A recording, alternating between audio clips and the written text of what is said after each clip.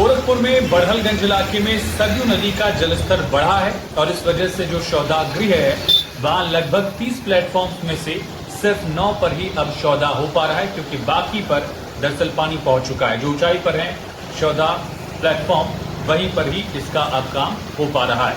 और साथ ही सरयू के आसपास के जितने भी गांव हैं वहां संवेदनशील स्थिति बनी हुई है।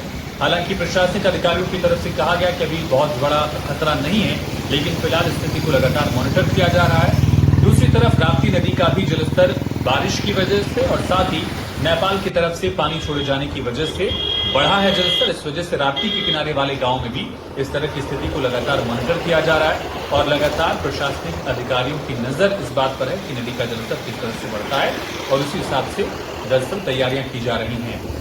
गोरखपुर में बड़हलगंज इलाके में सरयू नदी का जलस्तर बढ़ा है और इस वजह से जो सौदा गृह है वहां लगभग 30 प्लेटफॉर्म में से सिर्फ 9 पर ही अब सौदा हो पा रहा है, क्योंकि बाकी पर दरअसल पानी पहुंच चुका है। जो ऊंचाई पर है सौदा प्लेटफॉर्म, वहीं पर ही इसका अब काम हो पा रहा है। और साथ ही सरयू के आसपास के जितने भी गांव हैं वहां संवेदनशील स्थिति बनी हुई है।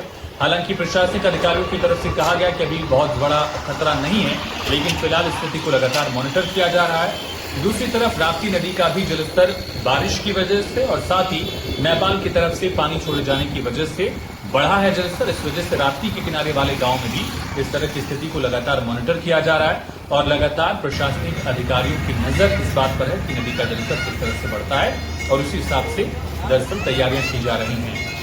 गोरखपुर में बड़हलगंज इलाके में सरयू नदी का जलस्तर बढ़ा है और इस वजह से जो सौदा गृह है वहां लगभग 30 प्लेटफॉर्म में से सिर्फ 9 पर ही अब सौदा हो पा रहा है, क्योंकि बाकी पर दरअसल पानी पहुंच चुका है। जो ऊंचाई पर है सौदा प्लेटफॉर्म, वहीं पर ही इसका अब काम हो पा रहा है। और साथ ही सरयू के आसपास के जितने भी गांव हैं वहां संवेदनशील स्थिति बनी हुई है।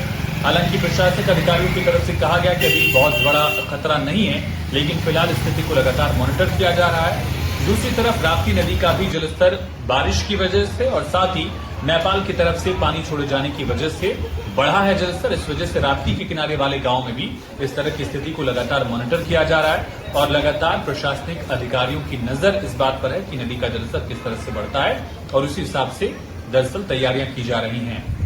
गोरखपुर में बड़हलगंज इलाके में सरयू नदी का जलस्तर बढ़ा है और इस वजह से जो सौदा गृह है वहां लगभग 30 प्लेटफॉर्म में से सिर्फ 9 पर ही अब सौदा हो पा रहा है, क्योंकि बाकी पर दरअसल पानी पहुंच चुका है। जो ऊंचाई पर है सौदा प्लेटफॉर्म, वहीं पर ही इसका अब काम हो पा रहा है।